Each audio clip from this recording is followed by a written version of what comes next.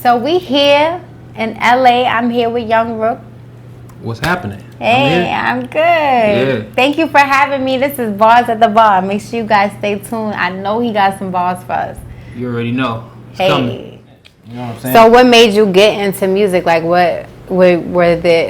did you come from like a musical household, or not at all? It's just something you kind of stumbled into?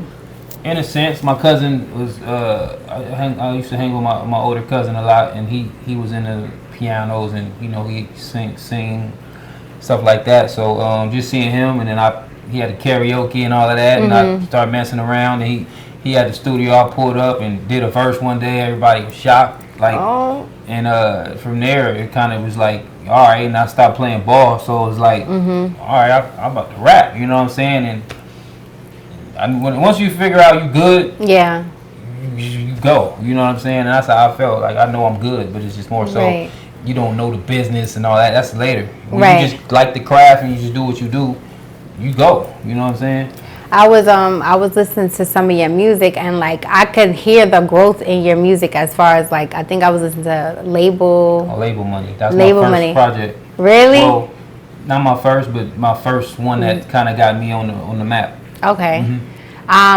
So when you say on the map, was it because your city was supporting it? And it was heavy. I got with some DJs that was popular at that time. I think DJ Warrior, he was real heavy at that time on the scene, and we pushed it, and the name was buzzing along with everybody else who was doing it at that time. So that was like okay. And that came out in 09. 09. Do you feel like from 09 to now the music industry has changed completely for the better or for the worse? Because I feel like, let me tell before you answer it. Let me hear your side. I feel like my career would be so much further if it wasn't for how it's being generated now, like with social media. That's like number one right now. You kind of, to be involved in the music industry, you have to have some kind of like validity on social media, I feel like. Or I could be wrong. Yeah, you do, 100%. Especially nowadays, people attention span, you got content, like, you know what I'm saying? I could take 10 pictures right now, but the smart me, I want to throw them up. Like, I'm fresh. Nah, you got to save them shits for content because it's like, even if you ain't posting music at that time, you got to put people something up, or you gone for 3 days. It's just like, where you at? They forget about you. Then they listen to Lil Whoop-de-Whoop. So it's kind of like, I get you. It's like, I don't like that you could work so hard on a project or work so hard on a body of work, and people bump it for a week or two, and then it's like, all right. Like, you know what I'm saying? So it's definitely a big change. So, I mean.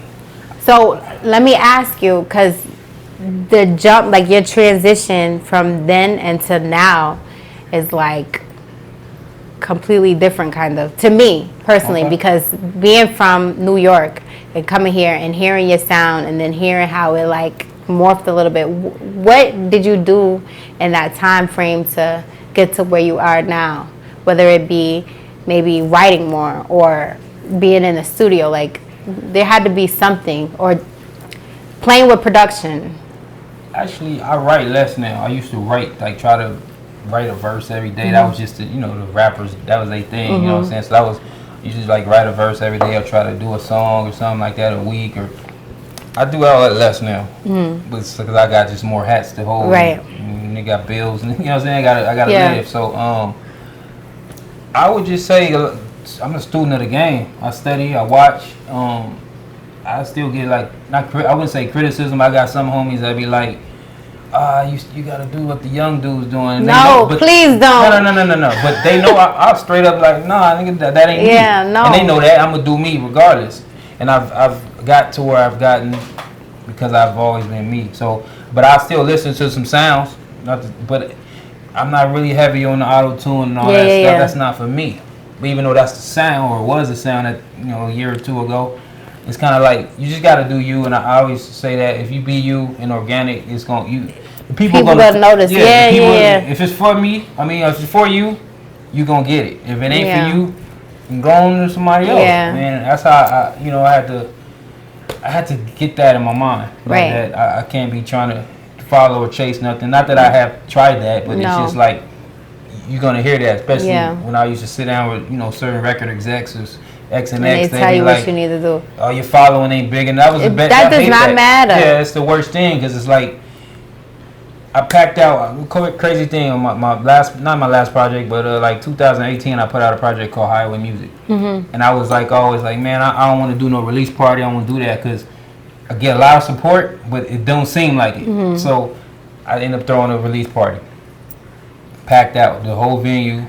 Where was the release party? Out here? It was on Sunset. Okay. Yeah, it was a spot on Sunset. I forgot the name of it, but rented out a spot and packed it out. And then I had my merch at that time, and we did $800 in merch that night.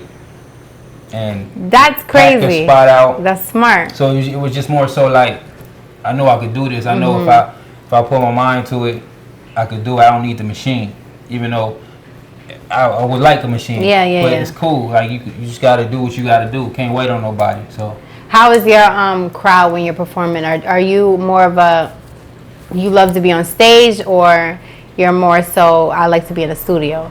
More of a studio guy. Like I do like performing. It's just I don't do it as much. I know I've been on tours and etc., but I don't do it as much, which I would like to do it more. But I just like doing the music, putting it out. Like I like hearing people's reactions later, but I still like performing though. I ain't gonna get it because just that's dope, or hear somebody say it afterwards. Yeah. Some people they just live to perform. Yeah. Definitely. So it sucks for them the corona stuff that we're going through. Yeah, it's been kind of at a halt. But you said you've been on a couple tours. Yeah. I know you said you go to Australia often, so I want to know about that. Why are you always in Australia? What's going on? Man, the first time I went out there was 2015, and my boy was playing ball over there. So everywhere you go, I'll be going. So there's black people over there, right? That's a few. They over there. A few? Not like that. It's like they different. They like Aboriginals. Okay. Or, I don't know how you say. I don't Aboriginals or something. Yeah. But I like the energy out there. But my boy's playing ball out there, and I just be hustling. So I'm the general manager of the league. He's playing for the NBL out there. It's called the NBL, and I wrote them a song for the team. They played it at the lunch meeting. Who is that? Oh, that's my boy Rook. They ended up contacting me. It was like, yo, we want to buy the song. They bought the song, but then they was like, because that was just for the team. And then he was like, man, why would you make one for the whole league? We'll buy it, and then we fly you out to do the playoffs. So I did the playoffs, and they won game elimination. So I was flying from Melbourne to Sydney to Ottawa, all those spots. That is so dope. So how far is the flight from here to there? It's 15 hours. Yeah. Do they offer movies? I go through like 3 movies on the flight, and that's still it's like 3 movies, and then I try to take. I can't really sleep on the plane, but I'll get a nap in or 2, but I'll get through it. So how is that country? How are they receiving your music? Like you have a whole following out there? Yeah, a lot of love. Like, that's good. Sydney is like my LA.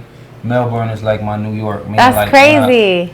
I got Sydney is like I could touch down and I don't have to get a hotel room.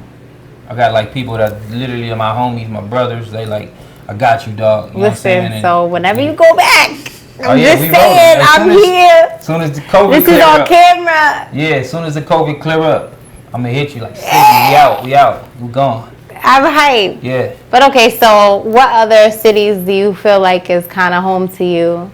New York, definitely. That's like, in New York embraced me. I went, like I said, my first time in New York was like 2010. And people was like, always like tripping, like, because they think, when they hear my music, they think I was from there. You from LA? Like, yes, I am. So, New York, and I just adapted. I learned the trains and all of that. Because when I was out there, I was staying in Long Island when I'm out there. It's just far. I mean, So I learned to take the Long Island Railroad to Penn Station, and if I'm going to Brooklyn, the 3, I know New Lots is like the hood. I searched, and I'll be through Queen. I know a little bit, you know what I'm saying? But I don't just go nowhere I don't need to go. I ain't never one of them. Like, you know what I'm saying? If I'm going somewhere, it's for a reason. It's for a reason. You feel me? So but New York is definitely, I would call New York my second home, and then then I would go with Australia. Yeah. Are there any people that you build it with and connected with in New York City that maybe gave you gems that have stuck with you? All the time, like even like how we got connected. My boy Jis and DJ whatever, they show a lot of love, and every time I like Jis is like the coolest dude to me because he'd randomly FaceTime me, and he'd be like, oh, I'm checking in, you know, I'm checking like just on some. Showing he love. Don't want nothing. Yeah. It's just checking on how are you? You know what I'm saying? And you don't get that a lot from people that you know that you didn't grow up with or that you know. I've known him at least 7 years now. You know what I'm saying? So, and even DJ whatever, he's the first dude to play my song on the radio. That's crazy. Power 105. Like I got calls from people. I was here, and I flew out the next month because I had to hear it myself. Like I flew to New York just to hear my stuff on the radio. You showed a lot of love. I can't even get my song played out here. So before we jump into the projects that just came out, I want to ask you about this WuTang story that you was about to tell me in the car, and I stopped you. Yeah. Tell me about it when y'all was in Australia, correct? Was it in Australia? Yeah. So before we went to Australia, it was actually it might have been 2016, but it was my birthday, and Ray and Ghost was out here. We went to the club. It's a spot called Hooray Henry's at that time. Out here. They hosted the club, and I went with them. We was chilling, and we was chopping it up. And me and Ray were real close. Me and Ghost got closer later, and then I was like, yeah, they was talking about they, showing their trips, and I was like, man, I'm about to be. This when I was setting my tour up too, so I was like, yeah, I'm gonna be out there. Like you tell Ray, like we're off to be in Australia. I'll meet you out there. I said, y'all meet y'all out there. Because it was the dates lined up, but I'm looking at it like, oh, all right. And they're like, all right, whatever. Like, they small talk. Yeah. Yeah, I pulled up. They was like, straight up, it ended up lining up, and I was at the hotel because I went through the manager Supreme, who was a homie, and I was like, bro, I'm here. He was like, man, they at the hotel right here. I was like, cool. I took the cab over there, and I was waiting on them to come down. I'm in the lobby, and I seen Ghost first. And I'm chilling right here. He looked, and he was like, he flipped out. He didn't expect that. Yeah, so it was. I had the craziest moment, and I got a line where I say the best moments are the ones that ain't documented. And this night was. I took no pictures with them dudes because I was just like, I'm here. You enjoying it. You living in the moment. And we rode to their show in a van, and it was only people in the van was the driver, me, RZA, Ray, and Ghost. And I'm in the back seat. I took the way back, and I'm sitting, and I'm like, damn, I'm in here with WuTang, like in Australia, WuTang. You know what I'm saying? And I'm just hearing they talk, and we went to their show, and then continued our night. But I didn't get no pictures that night. I take all pictures. I do that. Not that night. I didn't take one picture with them dudes because I already knew. Sometimes it ain't needed. Yeah. You know what I'm saying? People be forgetting, and especially in this climate, to live in the moment and enjoy it. You don't have to document it, like you said. Just be present. Yeah. That's definitely missing. So wait. So did you watch the Hulu WuTang? Hard. Do you think it was pretty accurate as far as the actors and doing their personalities? I liked it. I'm ready for the next season. Were you shocked to see how Ghost and Raekwon used to be? Yeah, I wanted. Did you know that beforehand? Nah, I don't know. I want to know if that's real. I don't know if that's for the show or not, but I was tripping. It was interesting TV. It's possible, but I don't know. I watched the documentary that they had. I think it was either on Stars or Showtime, and it said they was in like 2 different areas of Staten Island. Okay. So, I mean, I don't know if they was beefing. Like the way they made it in the documentary, like they wanted blood. Yeah, on the show, on the show it looked crazy, but whenever next time I do see him, I'm like, man, how accurate is this? You know what I'm saying? And when you do, make sure you hit me up and tell me and let me know the answer. 100%. Because that's crazy. Yeah, definitely. 100%. So also too, I want to know about Hustle in the House. Like how was it? How was the energy when y'all was filming that? Did you Did you know that Nipsey was gonna be as great as he was or is? Well, yeah, too? yeah. Well. Nip, so we from the same area, and so I seen his whole come up pretty much from the day he got his deal to before his deal. Slauson boy, all of that. You know what I'm saying? We from the same area. I'm from 2nd Ave. His grandma stayed on 5th Ave. It's 3 blocks. You know what I'm saying? So when he shot that video, it was just crazy. Like, because at the time, it was only 3 people in the city or in LA that had deals. It was him, Glasses Malone, and J-Rock. Right. But him being from my section, I had access to all of that. Yeah. Like tours, all that. Like everywhere he go, I could go. So that's how I got a lot of connects too. So when he shot that video, I had never seen that in my life. He shut the whole street down. Like we in the middle of the street, cars honking. That's crazy. 100 Crips outside, and we just genuinely happy for this man. Yeah. You know what I'm saying? And so yeah, that was his first major video shoot, and I'm in a lot of his videos. If you see him, like I'm in a lot. Like anything he had, I was there. You know what I'm saying? Pretty much a fly on the wall, soaking it up, and just you know what I'm saying, admiring his hustle. Is you know what I'm saying, and just seeing how he move. You know what I'm saying? What do you feel like is the biggest lesson that you've learned from him? Just to believe in yourself and don't ever stop, because that's exactly what he did. Yeah. Started on the corner with the mixtapes, you know what I'm saying, hustling, you know, however he had to get it, and then he just kept building the plateau and then learning, studying. You could tell that man studied. Yeah. You could tell he you know what I'm saying, he read up on stuff. You could tell he's sitting in these rooms and he catching them gems. You know what I'm saying? That takes a lot than just sitting there and you know what I'm saying, wanting to take selfies with niggas. Man, you could tell he was about his business. Yeah. And so I learned just to, you know what I'm saying, keep the same motto. Yeah. You know what I'm saying? If we got a date, like how we set this up. Yeah. We meeting. You got to keep a good rapport with people. You know what I'm saying? You never know where that person may lead. Just saying. Just saying. You know what I'm saying? No, cool. Yeah. So let's jump into the In Case They Still Sleeping, right? Yeah, In Case They Still Sleeping.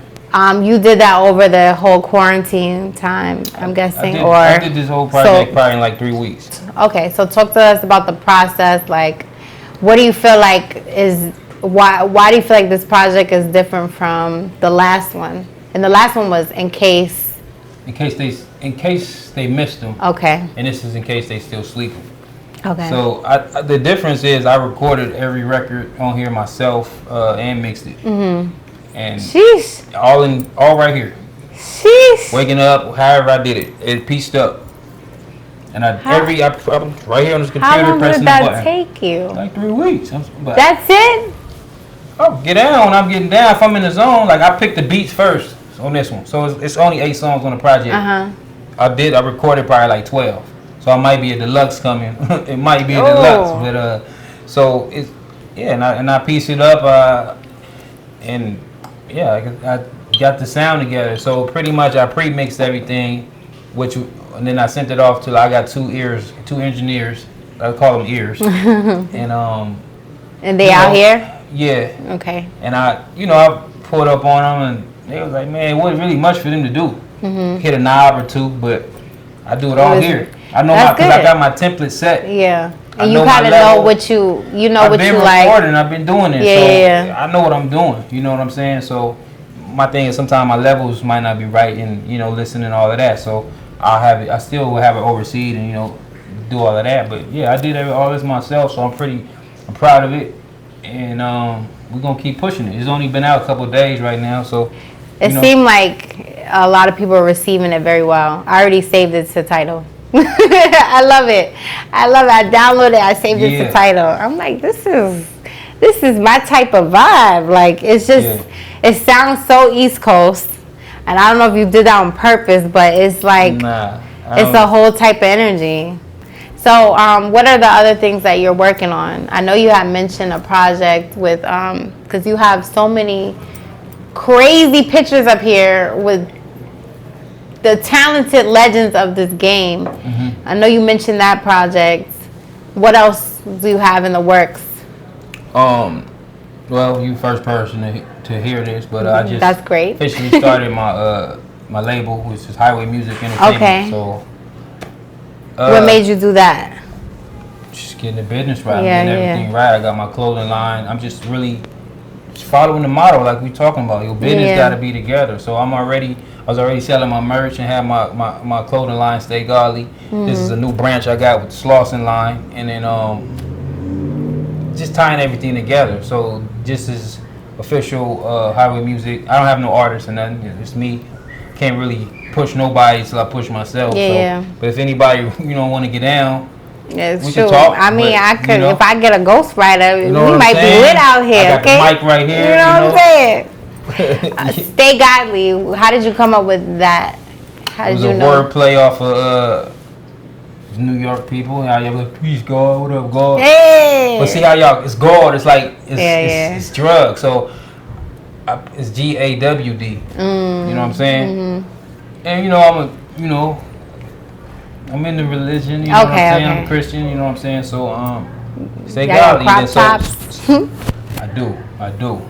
I got you. Just give me your sizes. I'm gonna get it together. Okay, remember you said that. Yeah, I got you. So then came up with the logo with the angel. You know what I'm saying? And I wanted them to have some chucks on and a chain. Okay. So I got that detailed together, and that's the staple brand. And then I'm branching off with different sayings and quotes. And this Slauson brand is big to me because I'm from Slauson, but the L is actually, you know what I'm saying, the Rook piece. Yeah. So it's mine. You know what I'm saying? So it's not like a play off anybody else stuff. It's like, all right, that's Rooks joint. You know. How did you get into playing chess? Because we mentioned that before. My cousin, same dude that put me in the music. I ain't the dopest, but it was just fun learning it. You know what I'm saying? And I need to touch up on it, but you know what I'm saying? I haven't played chess in so long. It's fun. It's a thinking. It gets you thinking. You know what I'm saying? And keep you on top of your game. Okay. So, for people that's looking for your music, where can they find it in case they still sleeping? Everywhere. I want to say it's on all streaming platforms: Spotify, Tidal, Apple Music, everywhere. Wherever they got music, it's up. It's there. You can find it, Young Rook. That's YOUNGROOK. And I ain't hard to find. I'm on Instagram. I'm everywhere. Facebook, Twitter, whatever. Snapchat. I'm done. Yeah. Tinder? I got it. You know what I'm saying? I'm kidding. Tinder. I'm on all of them. I'm everywhere. Yep. Okay, well, I want to just tell you thank you for sitting with me. I really genuinely appreciate it. And I love your music. You have a fan here with me and Taz. Like, we with you. Good and when I come back, just make sure you answer the phone. Don't change your number. Nah. I'm coming to New York as soon as it clear up. So I'm going to need to come to Brooklyn or wherever y'all at. And I'm out there. Okay. 100%. All right. So we here. Bars at the Bar. Young Rook. Yeah. Make sure you guys stay tuned.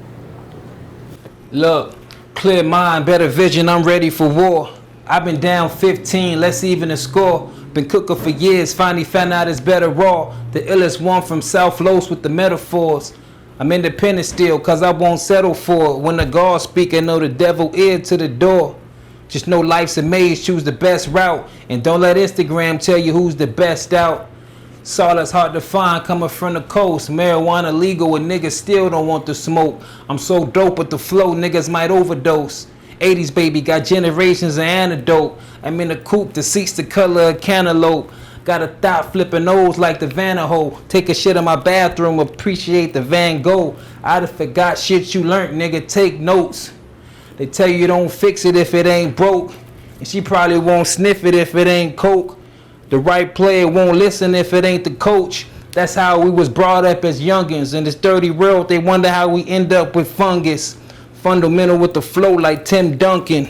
Look, I'm more calculated nowadays. You need 2 hands to add up all my accolades. Bachelor for life, cause I'm too stuck in my ways. Scheming on the next move, I hope crime pays. Rook.